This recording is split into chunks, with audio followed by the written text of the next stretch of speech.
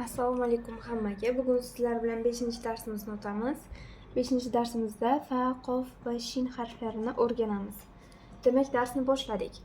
Bugun o'rganadigan birinchi harfimiz bu fa harfi.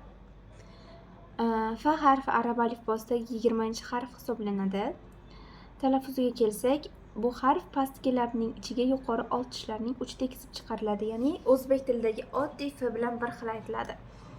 Alohida shakli shunday ko'rinishda bo'ladi. So'z boshida o'zidan keyinga qo'l beradi, so'z o'rtasida ikkala tarafga ham qo'l beradi va so'z oxirida o'zidan avvalgi harfga qo'l beradi.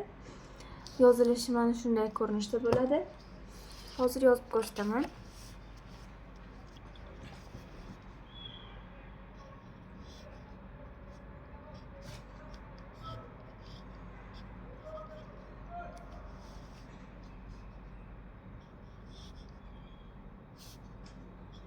Mana bu alohida shakli.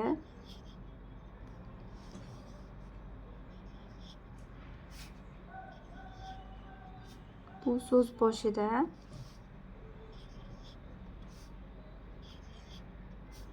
So'z o'rtasida va so'z oxirida.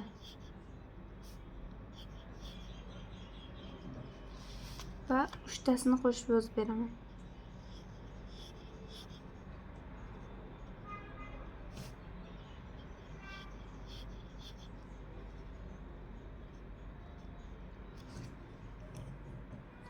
Mana shunday ko'rinishda bo'ladi. Endi fa harfiga oid yangi so'zlar bilan tanishamiz. Demak, famu og'iz, falaku falak, kafanu kafan, favzu g'alaba, fahima tushundi u o'g'il bola, yafhamu tushunadi tushunyapti u o'g'il bola, ifham tushun sen o'g'il bola. Xo'p, yana bir marta o'qib beraman. Og'iz famu, falak falaku, kafan kafanu, g'alaba favzu, tushundi u o'g'il bola. O'tgan zamon fe'l shakli fahima, tushunadi tushunyapti u o'g'il bola, yafhamu bu hozirgi va kelasi zamon fe'l shakli va tushun sen o'g'il bola buyruq fe'l shakli ifham. Xo'p, e'tibor bergan bo'lsangiz, arab tilida kelasi zamon va hozirgi zamon uchun fe'l shakli bitta ko'rinishda bo'ladi, o'zbek tilidan farqli ravishda. Ya'ni hozirgi va kelasi zamon uchun bitta fe'l, masalan, mana shu yafhamu fe'lini ham tushunadi, ham tushunyapti o'rnida ishlatishimiz mumkin. Bu gapni kontekstiga qarab bilib olishimiz mumkin qanday ma'noda kelayotganini. Endi qo'shimcha o'qish uchun so'zlar bilan tanishamiz. Fam, fan, kaf, falak, kafan, nafar, favru, favzu, fahmu, fikru, zifru, kiflu, fulful, naufar, naufal, fahima, yafhamu, ifham, iftatana, yaftatinu, iftakaru, yaftakiru. Yana bir marta o'qib beraman. Fam, fan, kaf, falak, kafan, nafar, favru, favzu, fahmu, fikru, zifru, kiflu, fulful, naufar, naufal, fahima, yafhamu, ifham, iftatana, yaftatinu, iftakaru, yaftakiru. Xo'p, fa harfimiz shu bilan tugaydi. Endi biz qof harfiga o'tamiz.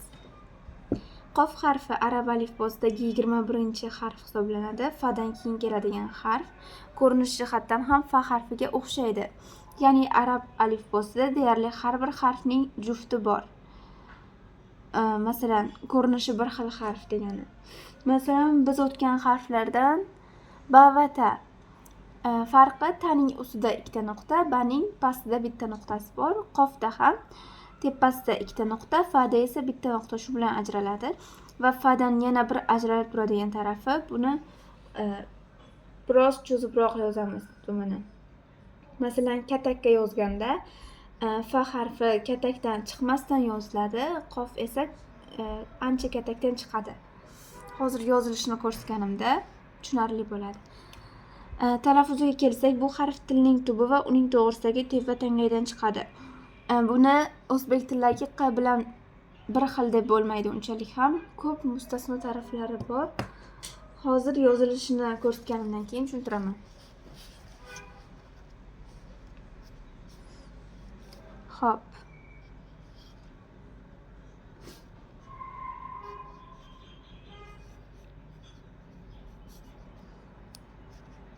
Qof harfi alohida shakli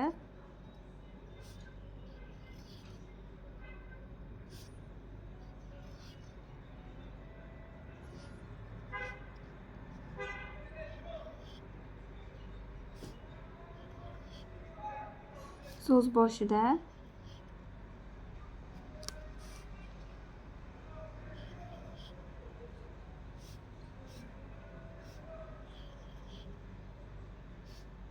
so'z o'rtasida va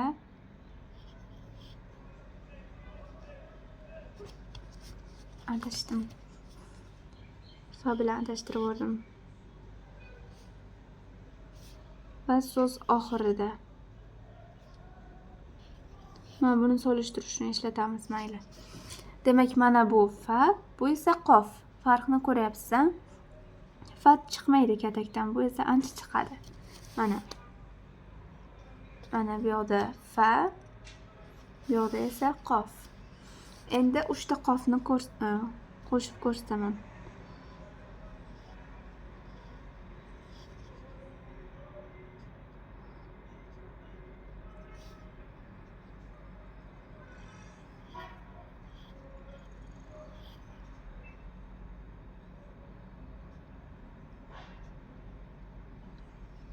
Mana shunday ko'rinishda bo'ladi. Endi qof harfini talaffuziga biroz to'xtalib o'tamiz. Xo'p, esingizda bo'lsa, arab tilida mana shunday harflar mavjud edi.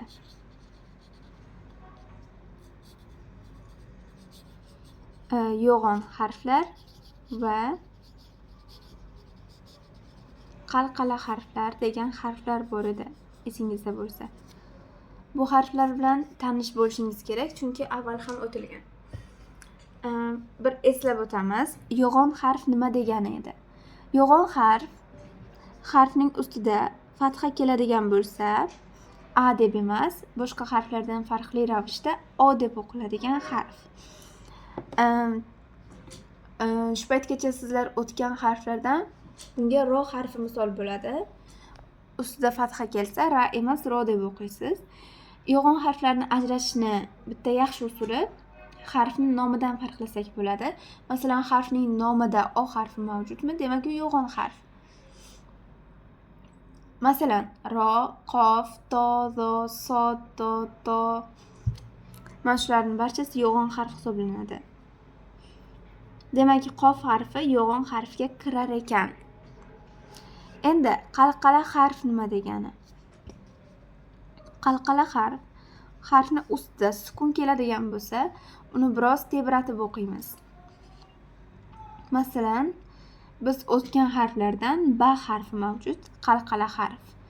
Ustida sukun kelgan vaqtlarda biroz tebratib o'qilar edi. Qof ham xuddi shunaqa harf hisoblanadi.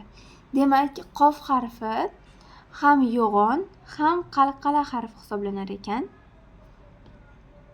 Bunaqa harf bitta emas, lekin arab tilida to harfi ham xuddi shunday harf hisoblanadi. Xo'p, o'zi qalqala qilib o'qishdan maqsad nima degan savol tug'iladigan bo'lsa, arab tilida har bitta harfning o'ziga yarasha talaffuzi bo'ladi va bitta harfning talaffuzi boshqasinikiga o'xshab qolmasligi uchun ham qalqala qilib tebratib o'qiladi. Masalan, ba harfini biz tebratmasdan o'qisak, p ga o'xshab qolishi mumkin. Masalan, kitob so'zida oddiy kitob desak, p ga o'xshaydi yoki umuman eshitilmay qoladi. biz uni jarangdor qilib ajratib bildirib turishimiz kerak. Shuning uchun ham kitob deymiz. Oxirida biroz tebratiladi. Qof harfi ham xuddi shunaqa. Hozir yangi so'zlar bilan tanishamiz.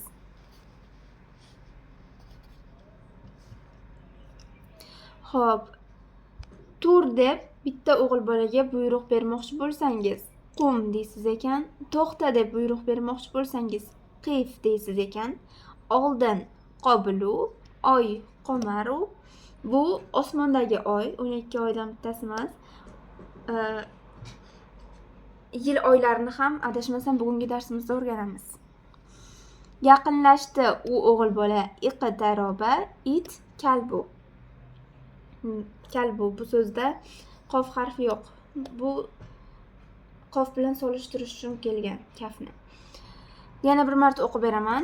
Tur, qum, to'xta, qif, oldin qobilu, oy qomaru, yaqinlashdi u o'g'il bola, iqtaroba, it kalbu.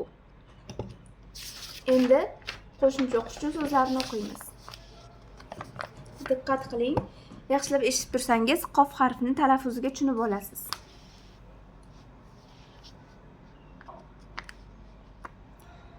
Xo'p.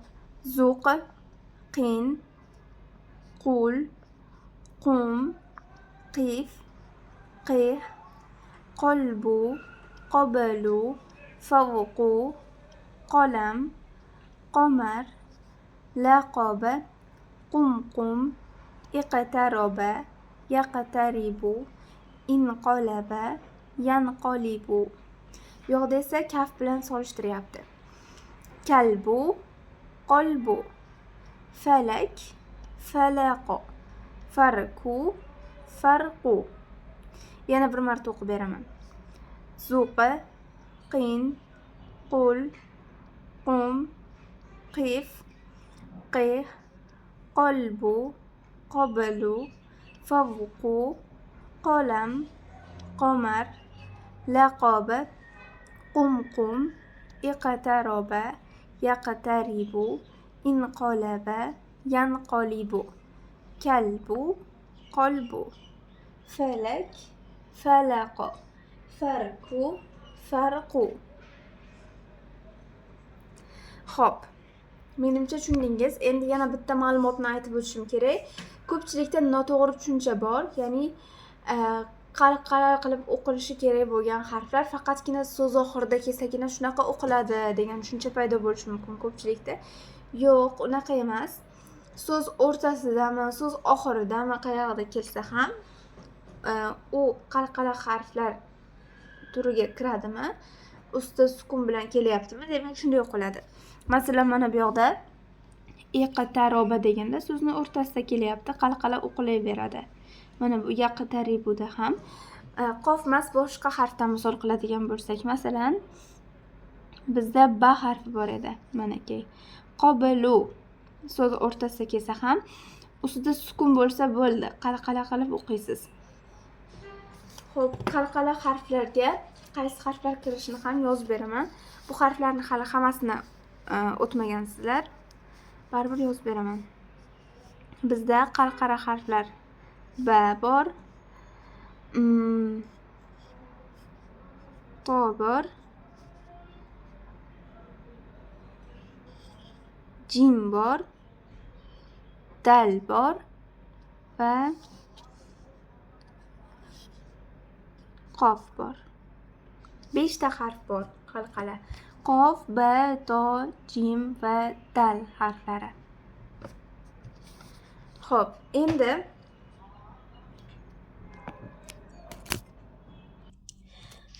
shin harfiga o'tamiz.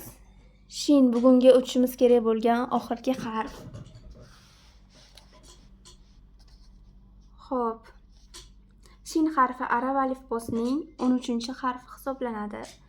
Bu harf til o'rtasi va uning ro'parasidagi tanglikdan chiqadi. Oddiy o'zbek tilidagi ishlar bilan bir xil talaffuz qilaverasiz. Yozilishiga kelsak, alohida shakli mana shunday ko'rinishda bo'ladi. So'z boshida o'zidan keyinga qo'l beradi, so'z o'rtasida ikkala tarafga ham qo'l beradi va so'z oxirida o'zidan oldingi harfga qo'l beradi. Yozilishini yozib ko'rsataman.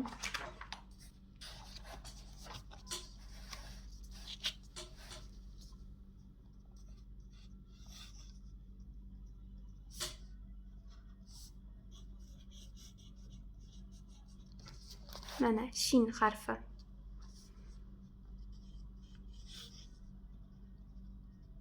Mana bu alohida shakli.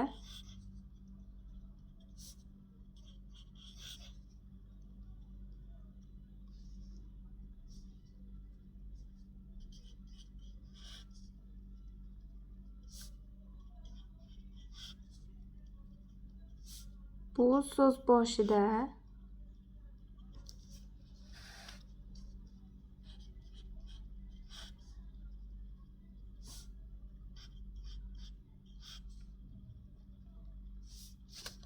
so'z o'rtasida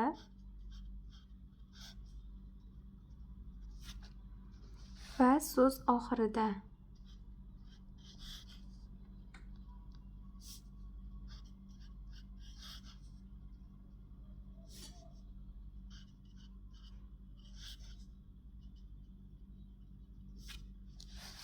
Mana shunday ko'rinishda bo'ladi. Yozilishi juda ham chiroyli.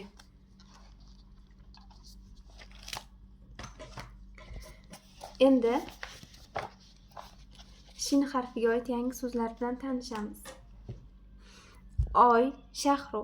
Mana bu endi yil oylari. Adashtirmang. Osmondagi oy qamar, yil oylari esa shahru. Eshitgan bo'lsangiz kerak, shahru Ramadan deyishadi, ya'ni Ramazon oyi degan ma'noni bildiradi. O'shani eslab ajratib olsangiz ham bo'ladi. Shahru oy, mashriqu mashriq quyosh chiqadigan joy, mushtarak umumiy, ishtaharo mashhur bo'ldi u o'g'il bola, yashtahiru mashhur bo'ldi, mashhur bo'ladi, mashhur bo'lyapti. Mana bu bo'ladi bo'lish kerak edi, a harfi qolib ketgan. Chunki kelasi va hozirgi zamon bo'ladi. U o'g'il bola. Yana bir marta o'qiyman. Shahru oy, mashriqu mashriq quyosh chiqadigan joy, mushtarak umumiy mushtarak, ishtaharo mashhur bo'ldi u o'g'il bola, yashtahiru mashhur bo'ladi, mashhur bo'lyapti u o'g'il bola. Endi qo'shimcha o'qishni so'zlarini o'qiymiz. Xo'p. Rosh, bo'sh, shar, shaq, sham, shak, bishru, shirbu, shahru, nashru, shukru, shurbu, mashrob, mushrib, mashrib, mashriq, mushtahir, mushtarak, ishtaharo, yashtahiru, ibron shaqo, yabron shiqu. Yana bir marta o'qib beraman. Rosh, bo'sh, shar, shaq, sham, shak, bishru, shirbu, shahru, nashru, shukru, shurbu, mashrob, mashrib, mashriq, mushtahir, mushtarak, ishtaharo, yashtahiru, ibron shaqo, yabron shiqu. Xo'p. Shu bilan bugungi darsimiz o'z nihoyasiga yetdi. Sizlarga uyga vazifa qo'shimcha o'qish uchun so'zlarni kamida 5-10 marta takrorlab o'qiysiz, yaxshilab yodlab olguningizgacha va yangi so'zlarni albatta yod olasiz va albatta husnixat yozasiz. Yozuvingiz chiroyli bo'lishi uchun. Shu bilan bugungi darsimiz tugadi.